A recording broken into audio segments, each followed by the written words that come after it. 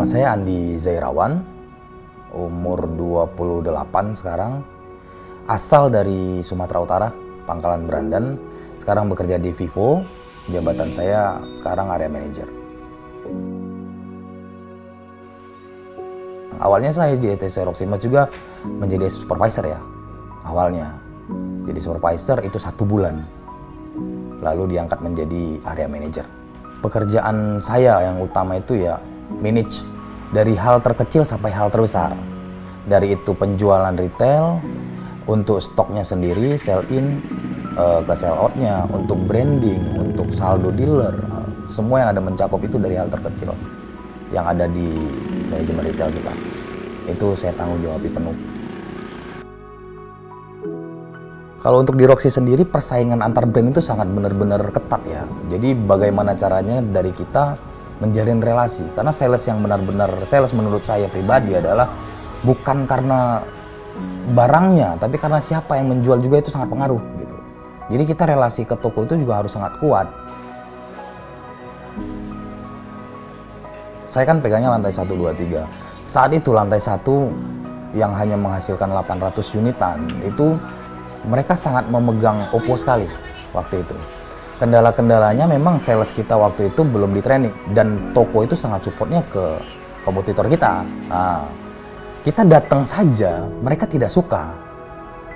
Hanya sekedar datang say hi, mereka tidak suka, mukanya sudah berbeda gitu dengan kedatangan kita. Nah, di situ kadang-kadang seorang sales dia kehilangan percaya diri, mundur, nggak mau lagi ke situ. Nah, itu hal yang salah. Bagaimana saya pribadi meyakinkan dealer itu, saya datang terus, besok saya datang lagi, lusa saya datang lagi, sampai dia mulai membuka hati ada apa sebenarnya. Ketika dia udah bilang ada apa, kita jelaskan dengan brand yang besar ini, yang bagus ini ya, pasti dia mau untuk order dan mulai berjualan seperti itu.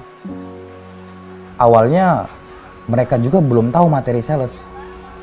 Nah, dulu saya di MT, saya pernah training sales se Jakarta. Nah, saya training lagi sales saya sebagaimana saya training sebelumnya gitu. Untuk manage promotornya, bagaimana POP yang bagus, SOP yang bagus setiap hari.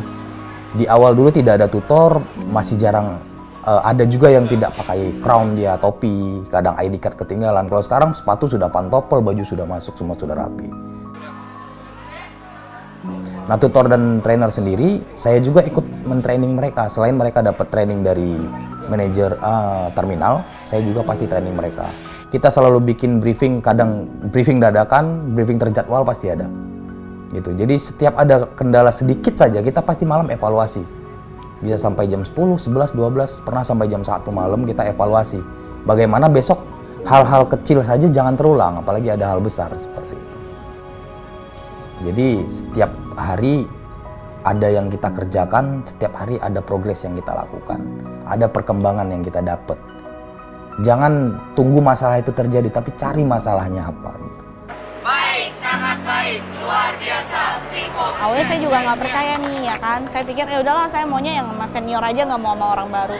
Ternyata begitu di handle sama dia ya oke.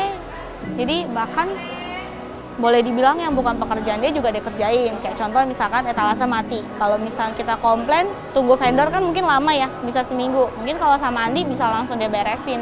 Atau deh itu manusia dari mana bisa ngeberesin etalase juga. Dibilang galak sih.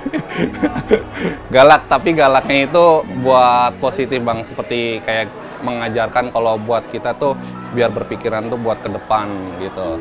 Jadi makanya kita kayak saya sendiri lebih sering ditegur sama Pak Andi itu buat gimana fokusnya buat target segala macam itu udah banyak banget lah ditegurnya gitu. Nah, dulu Mr. Mark selalu ajarin saya bagaimana caranya untuk burn fun, punya prinsip. Jadi kalau ada masalah cari akarnya dulu, jangan salahin orang lain. Tanya dulu, cari dulu masalah akarnya apa.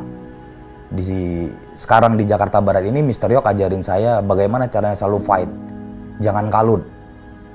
Walaupun seperti apa masalahnya pasti bisa diselesaikan. Karena semua masalah punya kuncinya.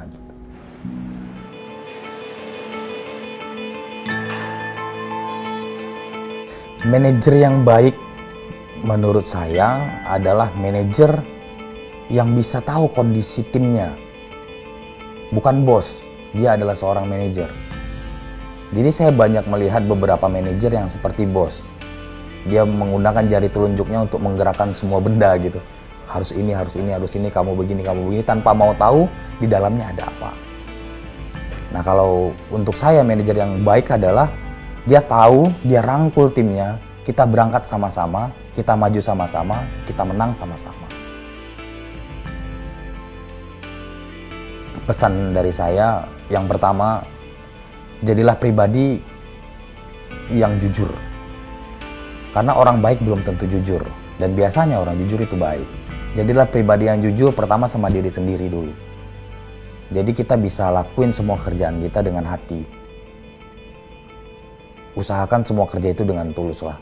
Karena Tuhan selalu lihat ketulusan kita dibalas dengan kebaikan-kebaikan yang banyak.